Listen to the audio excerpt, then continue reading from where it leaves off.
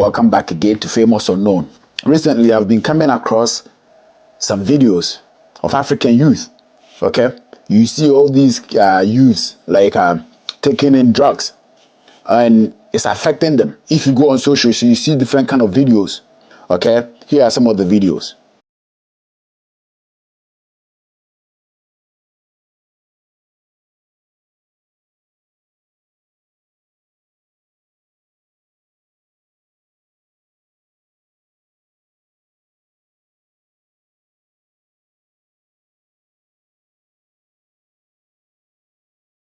Yo, sa I'm at this so I'm not take out. I didn't tell you. Yeah, yeah, the kush on it. What the others? Yes, I love people.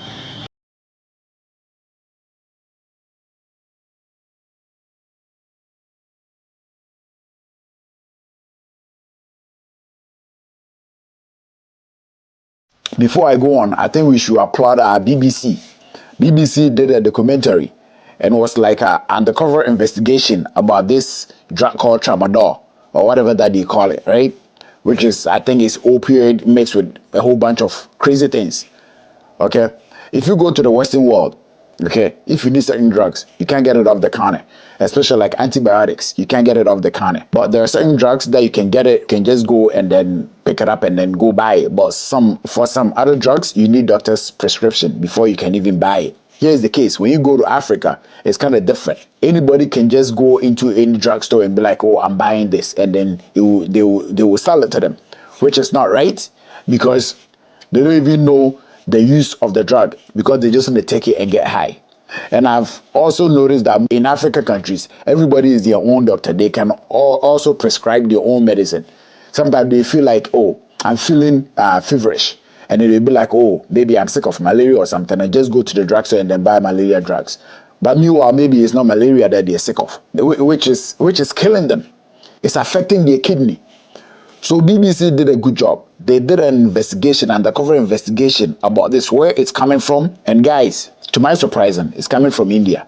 Let's take a look at this video.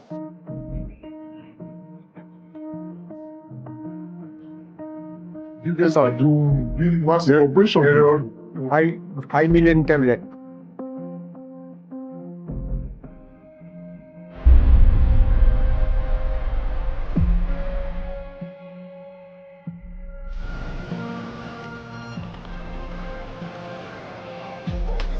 Is an addict who has taken the drugs.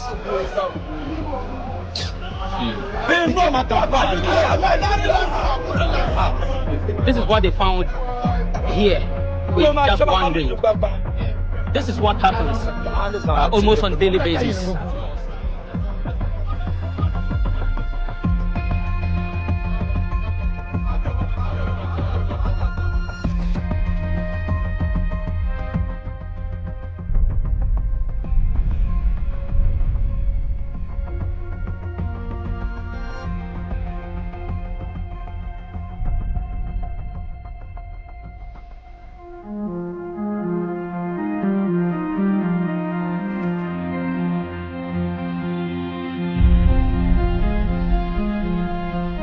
This is sample, apartment, food, tablet, everything is.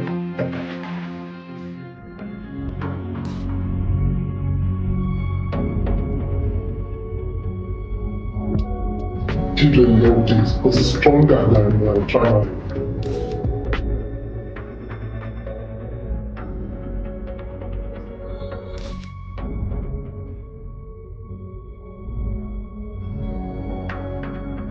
Year is not possible nowadays because government is looking very steady. And you can supply by the sea, but on leather, not Lagos, leather, Ghana and other. Otherwise, this can arrest, capture the content. I can clear from our custom, means India. You can clear from your side. Every client working like this. Do you have local market in Nigeria? We can supply these materials. So we do. And our plan is to sell to young people. This item is definitely paid. But Suppose you can use the 2 or 3 tablets in the one time, you can like this relax. This is what the kids like. That's what they like. Gives them that high. High. High is high. This is very harmful for the health. But Very harmful. customer cannot understand. He wants relax. They want to relax. Any medicine can misuse. This is very harmful for the body. But nowadays this is abuse.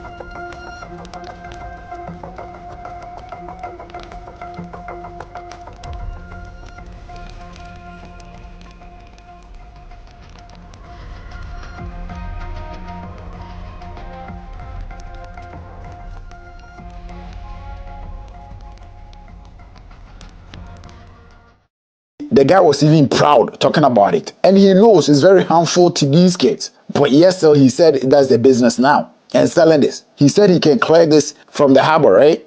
Because the customer, I guess, is going to pay them and then clear. But once you can also clear this, you know where they're taking this? West Africa. Nigeria, Cote d'Ivoire, and Ghana. And I think this guy needs to be held accountable for this. He needs to be arrested because it's not good. Look at the videos that I showed you. Knowing this thing is killing them. It will affect your kidney. They can just walk into any drugstore and then buy these things. I applaud BBC for doing this. Good job. I hope this guy doesn't go scot-free because of his money. African youth, guys, you need to stay away from these drugs. Drugs are no good. It's not good for you and it's not good for me. It's not good for anybody. The money that they will use to go buy food, they'll go buy these drugs. Ghana, the FDA, what are they doing? That means they're not doing their job. FDA is not doing their job because you're supposed to be catching all these things. So FDA means what? Food and Drug Authority. Yeah. Why are you letting them bring all these things into the country for these youth to consume them? And another annoying thing too, you see somebody who be sitting somewhere and then putting things together, mixing their own concoction or whatever that they call it. They don't have any certificate. No license. They can just sit there somewhere and then put 2 and 2 together and then be selling them. And people are buying it. They can even tell you, oh, this will make you lose weight. This will make you get big nyash. And people wasting their money buying all these things. And end of the day, it's no good. So this guy, I think this is like a multi-million or multi-billion industry. Because the man said it's business. I'm bringing this to Ghana, Ivory Coast, and Nigeria just to mess us up. This guy needs to be arrested. Needs to be jailed. He doesn't need to even come out from jail. He needs to stay in prison for the rest of his life. Now he can't deny this. He can't. He said it. Mr. Speaker, Ghana is well known to be a hub and a transit point for illicit drugs. But this particular phenomenon that we're witnessing is quite shocking, actually.